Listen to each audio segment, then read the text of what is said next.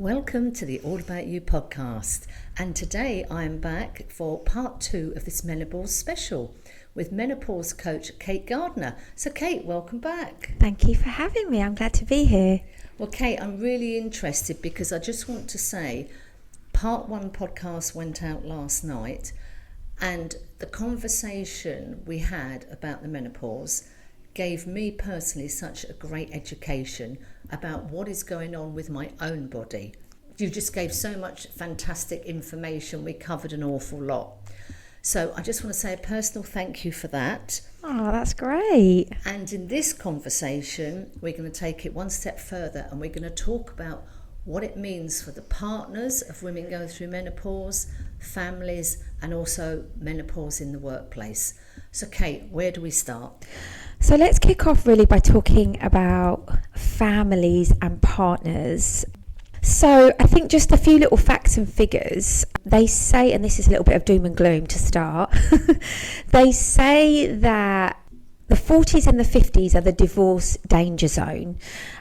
The kind of peak age for women to get divorced is between 45 and 50. And coincidentally enough, that is kind of, 44 is the average age for women to go into perimenopause. 51 is the average age for menopause. So I think that, from a partner perspective, this time is a really crucial time for our partners to start to understand us better. And also, in terms of women's mental health, perimenopause and menopause is a very challenging time for women, and, depression, suicide are all higher within women of the ages of 45 to 54. So the reason I want to kind of explain that is it's an important area that our partners and our families need to be aware of. And they need to be understanding that some women are going through a really hard time. And as I said before, some women will just go through this like a blip, and other women will really be struggling. So I think menopause is not just an issue for the woman, although we're feeling it. It's an issue for the whole family. And there are so many ways that our partners, our family members, and our children can really step up and be more compassionate and more understanding at this time. And I think one of the things about the moment, as we just discussed, is that menopause is everywhere, at the moment. So it makes it a lot more accessible, which is fabulous for partners and for children to understand, teenagers, especially teenagers. And teenagers are kind of going through this, but in reverse.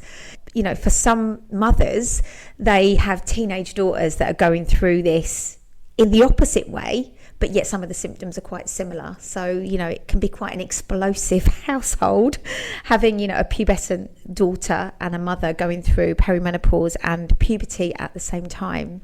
I mean, it's quite funny, isn't it? When we talk about the male menopause, it generally means he's gone out, got a mistress, or gone out and buy a sports car. Yeah. That's how we define the male menopause. But yes, we understand men also may have a loss of libido, that type of thing. But for women, for a lot of women, your body gets overtaken by something you can't control, whether that's physically with dry skin, you've put on weight, thinning hair, as well as the hot flashes, weight gain, etc., etc. So there's a lot going on, the difference between the female menopause and what we jokingly call the male menopause. Yeah, it's actually a thing, the male menopause. It's called the andropause, but it happens later and it's much more subtle.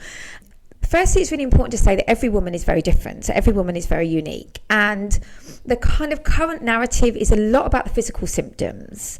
And the physical symptoms are massive. They're huge. There's no kind of denying, hot flashes, low mood, brain fog, depression, to kind of random unusual ones like kind of blurry vision, migraines, sleep disturbances. There were 34 official symptoms, but there are a lot more than that. Strange things like tingling ears as well, some really unusual ones, different tastes. But a lot of people focus on the physical symptoms. But I think in terms of relationships, the emotional symptoms are even more impactful and often more subtle, because if you can see your partner physically having a hot flush, or sometimes you can be men can be more understanding of something like that. But when it is something that's going on that's more emotional, it's much more difficult in a relationship to be able to understand that that is actually a symptom too. And I think that's quite difficult for our partners. They can get frustrated with us.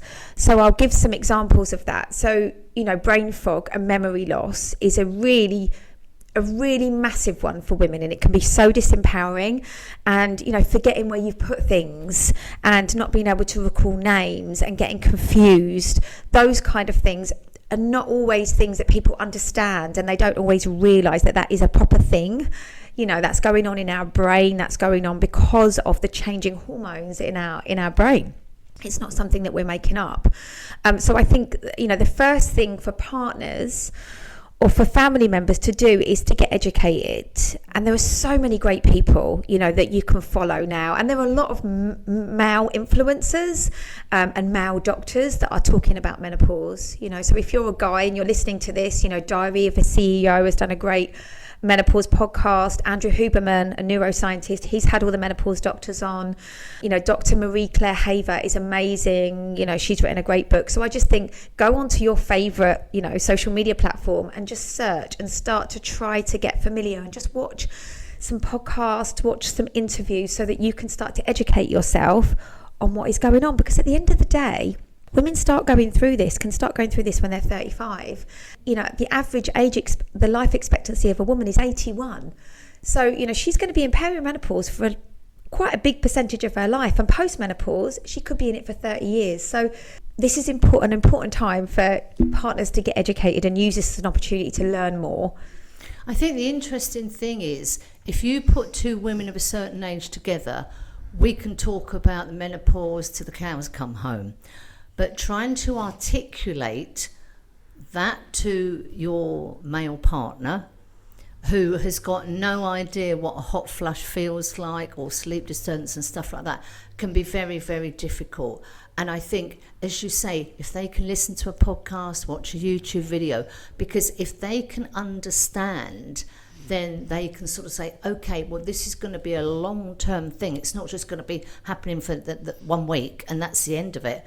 To have people educating with YouTube videos, podcasts, is just phenomenal. Because if you have an understanding of what is going on, and there's a lot going on, that's going to make it easier for you to communicate with your partner. Okay, so this is how she feels, this is what's going on. So yeah, I think that is so important what you've brought up there, Kate, about these people who are doing these educational things. And also to understand that it's that there is a science and a biological thing going on. So in Dr. Marie Claire Haver's book, she talks about how doctors used to refer to female clients who came in their sort of 40s, 50s, and they used to call them WWs, like whinging women.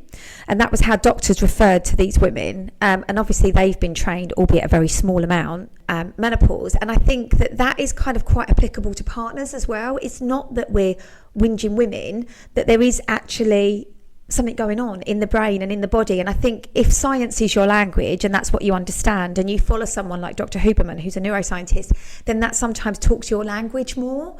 So I think that would be the first thing, is to get educated, start watching videos, start understanding what's going on. And then I think the second thing to understand is that we are all very different. And we're all going to go through this journey very different. There's not one size fits all. And, I think we spoke about this a little bit before. You can just think you've got there, like you've got your sleep right and everything's working well. And then a little curveball comes along and your sleep can be, disrupted again. And I think that one thing that for partners, for children and for people that are going through this, you have to kind of be flexible and understand that this is not a linear journey. It's not one thing. You're not always going to be struggling with menopause rage. You're not always going to be struggling with low mood, but it might be something that comes in and then it goes again. And I think that's an important little thing for partners to hold on to, is that this is a journey that changes. That's what I was thinking when you were talking about, I was saying it is a journey, because you're going to go through, we talked about last podcast, perimenopause, menopause, postmenopause. I mean, it is a long journey with twists and turns and ups and downs. 1 week you'll probably feel fine. The next minute you just feel like you can't even get out of bed for some women it can be so severe. So the fact that it is a journey, and I think we need to understand that as women as well. We're all going to be different. We can talk to our girlfriends and they haven't got the hot flushes, but somebody's got them full on raging.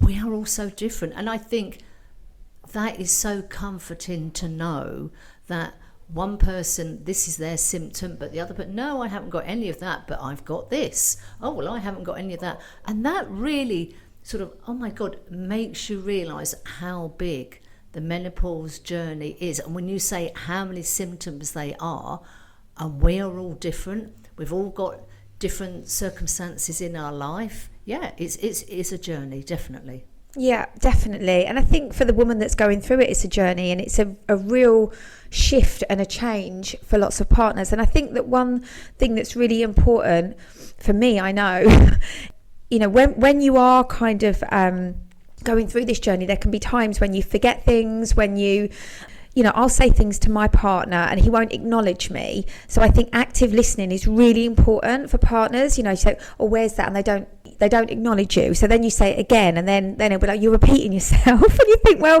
if you actively listen to your partner and just acknowledge her, yep, heard you. Or when you're listening, you know, just really hear what she's saying and validate her feelings. I think that is something that is really important, because I feel like a lot of my clients, a lot of people that come along to my menopause group here in Valencia, it's the first time that they feel really heard. A lot of these women, it's the first time they've ever spoken about this, and it's the first time that they've really feel like people are listening to them. And that's really sad, because, you know, as women, we need to be heard. And as a partner of a woman that's going through this, just to really show them that you're listening, to have eye contact and to empathise and to say, yeah, I hear you, you know, so we don't have to repeat ourselves 3 times. It's a really powerful piece of advice for anyone. In the previous podcast, we were talking about a lot of women going through the menopause may have teenage kids at home, plus they've got elderly parents or aging parents. So they're sort of the sandwich generation.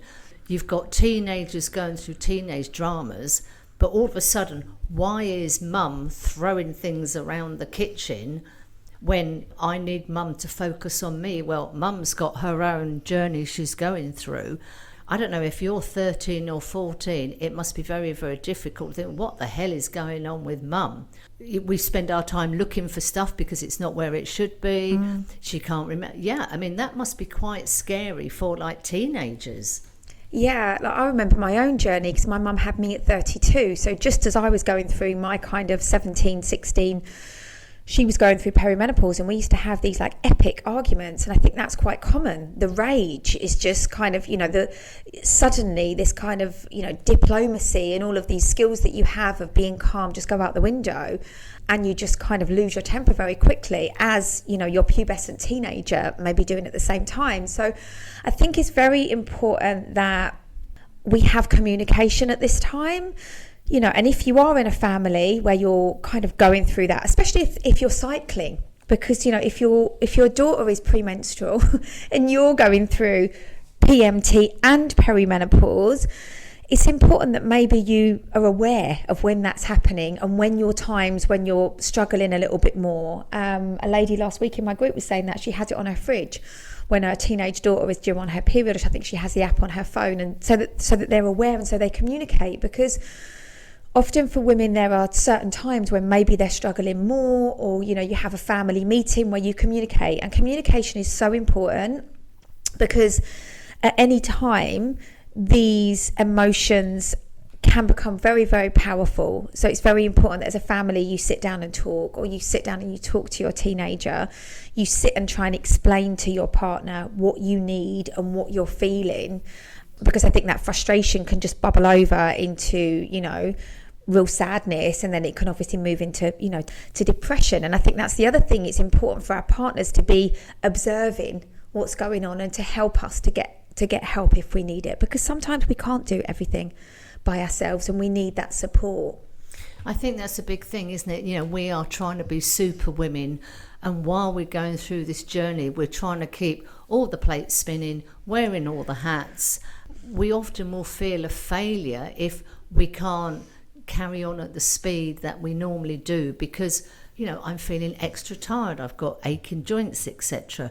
But we are trying to like power on through this idea of sitting down with the family members and going, okay, educating the partners, educating the kids, and what's their take on it as well. The family members can understand what is going on with mum. Maybe, mum is not having a tantrum. She's on this journey. This is often how the symptoms will affect her. I love the idea of sitting down as a family. Communication.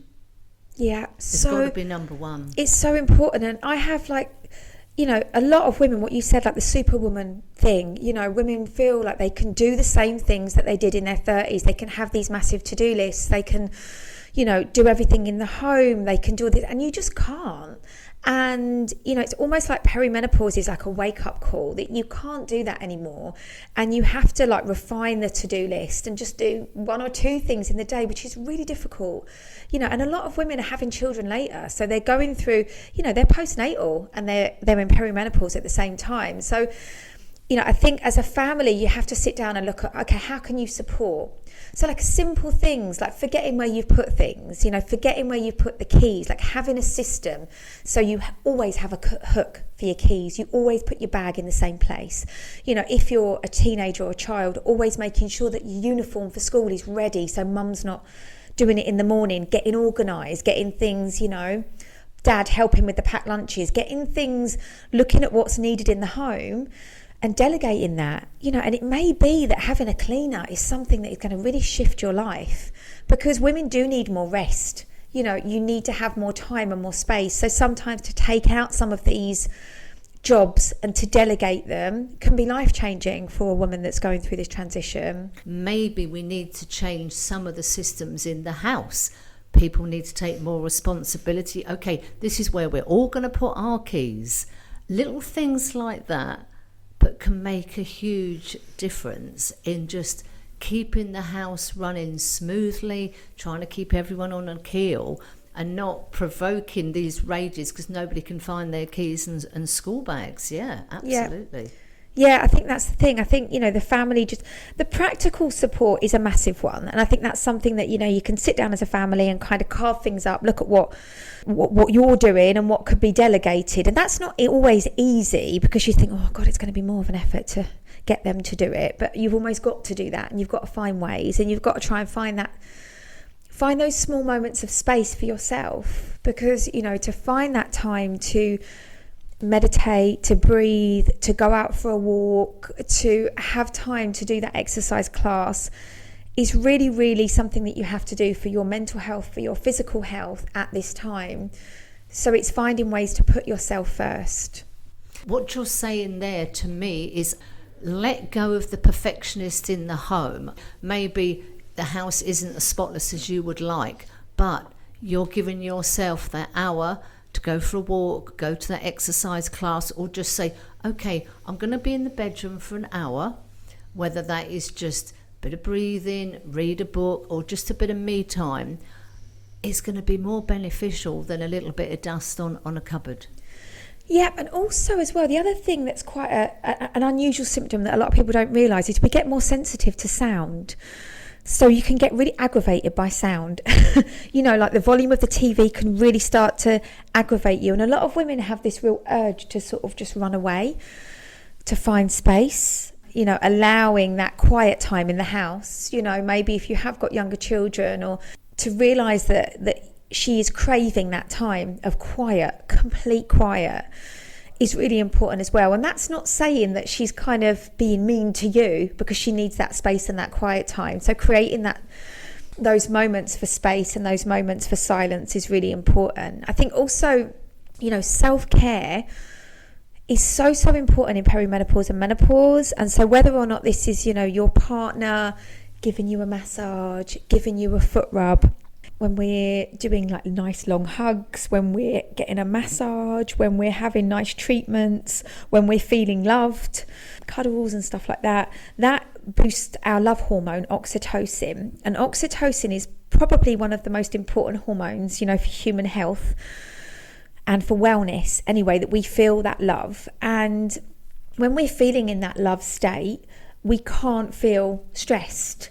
And it's very important that we are feeling that during this time. So, to offer to give your partner a foot rub, pay for your partner to go for a nice massage, or, to go to the spa together. All of those things are really powerful things so that your partner feels more loved at this time. And if you're the child of someone going through this, to give your mum cuddles or to make sure that they're feeling that at this time is really important, because we do become a lot more sensitive to stress. It's a physiological thing that's going on in our brain and in our body at this time.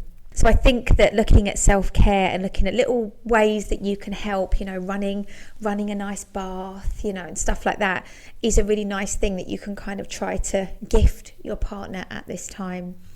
One thing I wanted to say to you, Kate, when I was having a conversation with somebody about doing this 2-part special on the menopause, I was speaking to a lady who was probably mid-50s, and she said, I've looked at all the menopause symptoms, and I'm actually very, very lucky. I can say, okay, I've got this, this and this, but I haven't got all the others. So it hasn't actually been that bad for me. But one thing that really did hit me, I've had my family, my children are growing up, and everything's okay with my kids. But she said, I was hit with the sadness, I can never have another child. She said, I don't want another child. I'm very happy with the 2 children I've got. But it was like, this is really it. My time for being a mother has finished. It is over. And she said, that really hit me. She said, and there was this real sense of sadness, and you touched on this very briefly on the previous podcast, as in it's not somebody who's been trying to have a baby and has issues, whatever, but this is Mother Nature saying your childbearing days are over. And she was hit with this incredible sadness, and I just wanted you to any comments on that. Yeah, funnily enough, I experienced that too in perimenopause, because I really wanted a child and had IVF and it didn't work. And I just suddenly was hit by this emotion, like, oh my God, this means that I can never, this grief. And I think that's another thing that a lot of women don't talk about, is this grief, maybe for that one more child that you never had. And I think that even if you never wanted that child, suddenly it's like, that's it. And I think that there is almost like a shedding of the old, and you're moving into the new. Even if you don't have the physical symptoms, that can be a really powerful thing. Like any grief, it's a process of time, and a lot of women are going through grief as well at this time. Our parents are dying, people that we love are dying, so grief is a biggie. Working through that process, the process of grief, which is anger, acceptance, is very similar in this journey as well. And I think a lot of women push things down throughout their lives. They push down the trauma, they push down the sadness, and they're busy. They have their kids, they're busy. And all of a sudden, all of that stuff starts to come up, and it just comes up. It's so important that during this time we have other women, or we have people that we can connect to. Maybe that's our family, maybe that's a menopause group like mine, the Menopause Meetup, maybe that's a menopause cafe, because the way that we help each other is to talk about this. There's not something that you can say, oh, well, you do this and then you're not going to feel that grief. It's really about processing it and talking about it. And it can be the weirdest things, like trauma from when you were in your 20s that you've never talked about starts to come up. It's almost like a blessing and a curse, because menopause is a time when all of these things are going to come up. They're going to be there. So it's a time for us to really say, okay, let's try and deal with this now. You're in that winter of your life. You've gone through your summer, your spring, perimenopause is autumn, and then postmenopause is your winter. So you want to have all of these things just dealt with and have them come up, and I know it's hard when you're going through that grief, but it needs to come up and it needs to come out. I mean, this is really odd. We're just talking about this, and I can feel myself welling up thinking about the conversation I had with that woman. She's the only person who has said to me, this is how I felt about it. But you're sitting here saying, yeah, grief is a huge thing. And this is something completely new to me, and we've talked at length about all the other symptoms. I'm here feeling, welling up, because the conversation with that woman saying, this is Mother Nature saying, that's it now, and you're sitting here and saying, yeah, that is a real thing. I didn't expect this in our conversation, Kate. It's interesting because when you look at the reasons why we have menopause, obviously our life expectancy has changed now. So, now the average life expectancy I think is about 81. So we're going to live about 30 years post-menopause, whereas in Victorian times it was kind of probably early 50s. And there's one theory that's the grandmother theory. I don't know if I mentioned it before, is that we have menopause so that we are no longer cycling, so that we can then take care of our children's children, our grandchildren. And I think as women that have gone through postmenopause, we have so much that we can give to children and to young people. I know it in my own family. The patience that I got with my great nieces and nephews is very different to the relationship they have with their mum. And so I think that, we can transform this feeling. Like, you may not have your own children, but there are so many children out there that you can go and, do things with, to read to connect with your grandchildren. You're going to have this most precious relationship with them that is not going to be like any other relationship. And I think that when you look at what a lot of older women, postmenopausal women, give to the world, it's amazing. It's not always about us having our own babies, but we can nurture so many young women, and we can give to so many young women that are going through this. So that's our legacy. We can pass on that wisdom. It might not be your own little human baby, but there are loads of people in the world that can benefit from all that we know. But I love that, because you're not going to have any more children now, but this puts you into another part of the journey where you can enjoy your grandchildren or other people's children. It is another part of that journey we're talking about. I mean, this has blown my mind, this little conversation I had with this woman, which stirred up so much in me, and you've covered about the grief, but it is another part of the journey. I think communication is so important. Like, I think we can't talk about relationships without talking a little bit about libido and what happens to a lot of women, that it can just be like, hello, where did that go? It's left the room. And that can be very difficult for partners to accept, what is going on. What is going on physiologically. There are changes that are going on for a woman, and also emotionally as well. So I think it's very important that partners see this as an opportunity to create intimacy in other ways and speak openly about it. Because as I said before, there is a lot out there medically. Women don't have to just accept the fact that they don't have a libido anymore, that maybe they've got dryness. They need to talk to their partner. They need to get educated and realise there are things out there that can really move the needle for them. And no woman should ever have to suffer. So I think that communication is really important. I think also kind of medical support and understanding that, maybe partners can offer to go to an appointment with their partner. Maybe they can ask them about it. Maybe if they can see their partner struggling, they can suggest that maybe they have CBT or have therapy, or go and talk to someone professional. They don't just accept, and that they can be in this together. Because I think that, this is an opportunity for you to get closer to your partner, and realise that this could be the best thing that's ever happened to you, and that you can maybe get healthier together. Maybe it's not about going to the pub, maybe it's not about drinking alcohol, maybe you can go for a hike, maybe you can go for a spa, and that both of you together can get healthier and take up a new sport and stuff like that, so that you can support your partner through this time. I love that idea. That is absolutely genius, isn't it? Making these changes will help. Let's do it together. Completely. And that's going to make life easier, because you're working together as a team. Completely. I love that.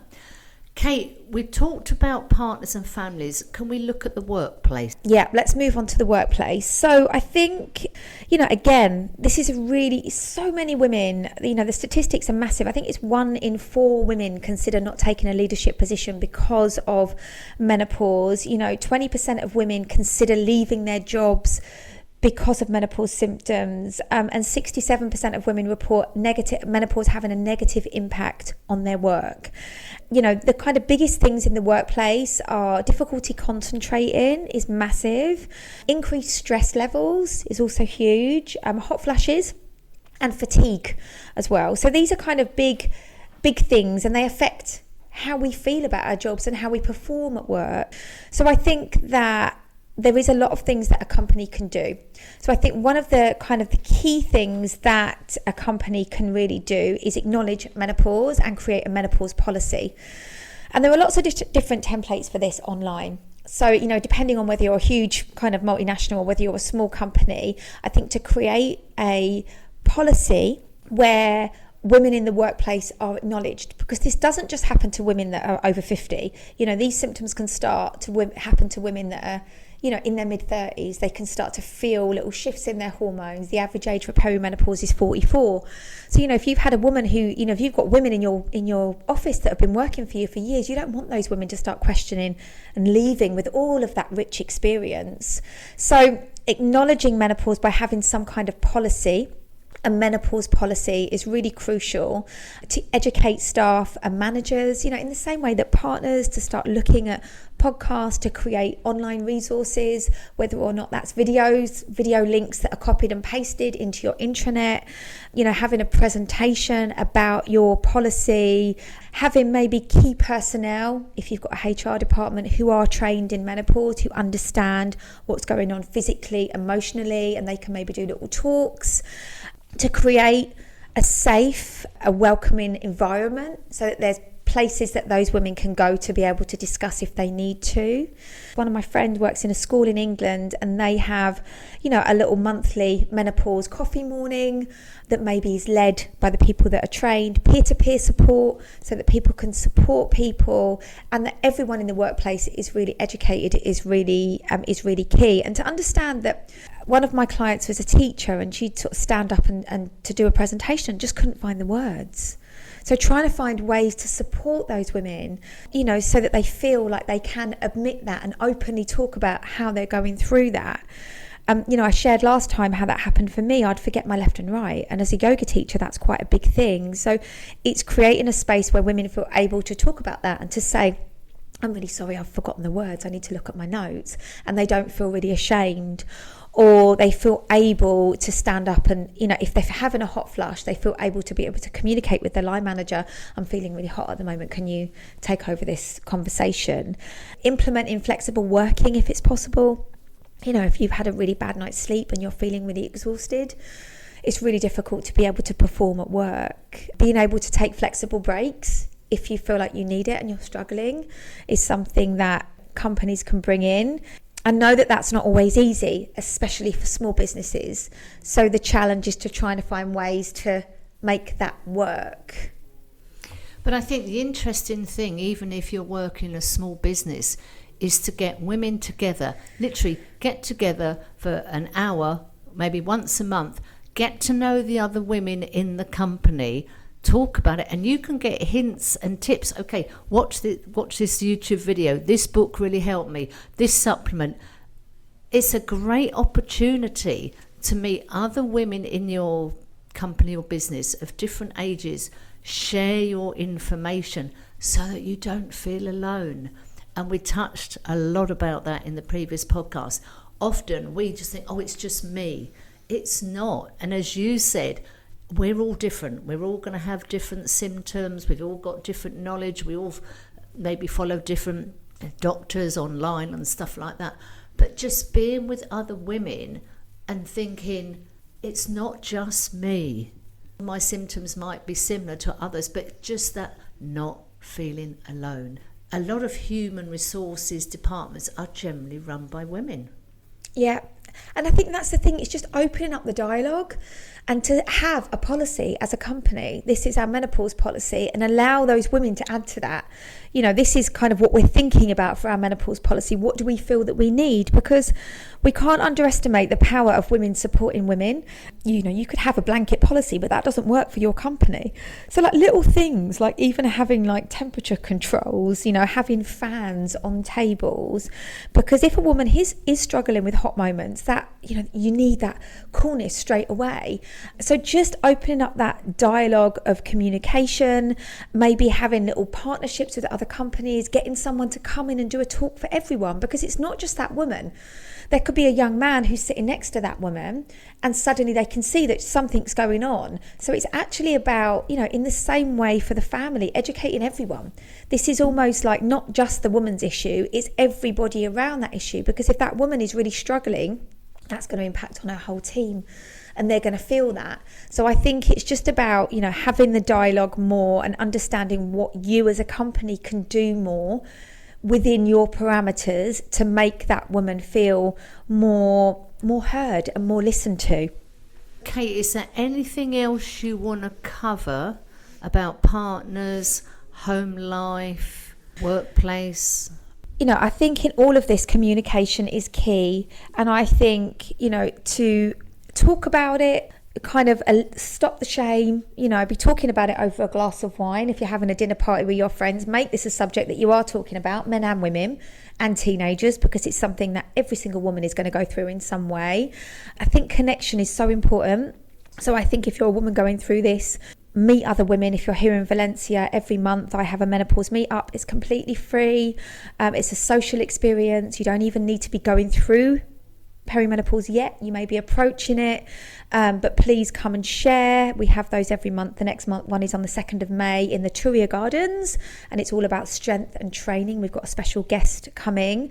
I think finding those connection points, reducing the stress in your life, coming to a yoga class, I teach online, trying to find ways to de-stress, moments of meditation, of breath work, being in nature, and seeing this as an opportunity to connect more with your partner, with your kids, with your employees, as opposed to something negative that's going to happen.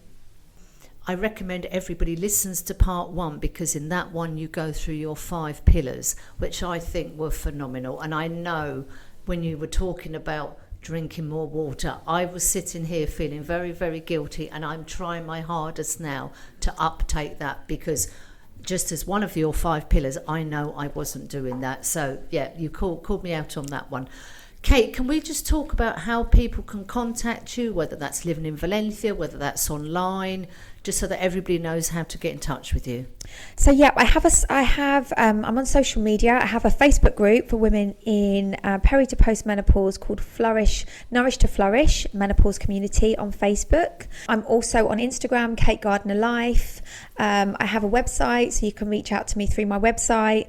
I'm offering a free 45-minute one-to-one coaching session to your listeners if they book before the end of May, the 31st of May. So do reach out to me, come along to one of our free menopause meetups. If you want to try an online yoga class, then do connect with me. I've got a couple coming up this month. And yeah, just connect with me through social media or through my website. I'd love to hear from you, and I'd love to support you as well. I mean, Kate, for me, doing this 2-part menopause special has been phenomenal. Such an education. I mean, we've gone here, there and everywhere. I love the 5 pillars.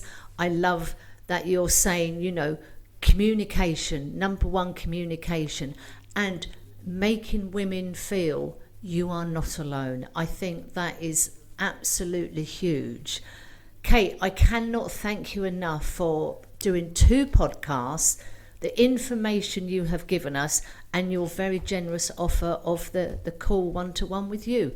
Kate, thank you so much. Thank you for having me. It's been great to share with you and your community. Well, I hope you enjoyed part 2 of that menopause special. Kate has been an absolutely brilliant guest, and I, as a woman, have learned so much. So well done, Kate. So thank you for listening, and I do hope you enjoyed that conversation. So please subscribe for future episodes on whatever platform you are listening on. It is free. And if you have a story to tell, please contact me on allaboutyoupodcast@yahoo.com, and let's tell your story.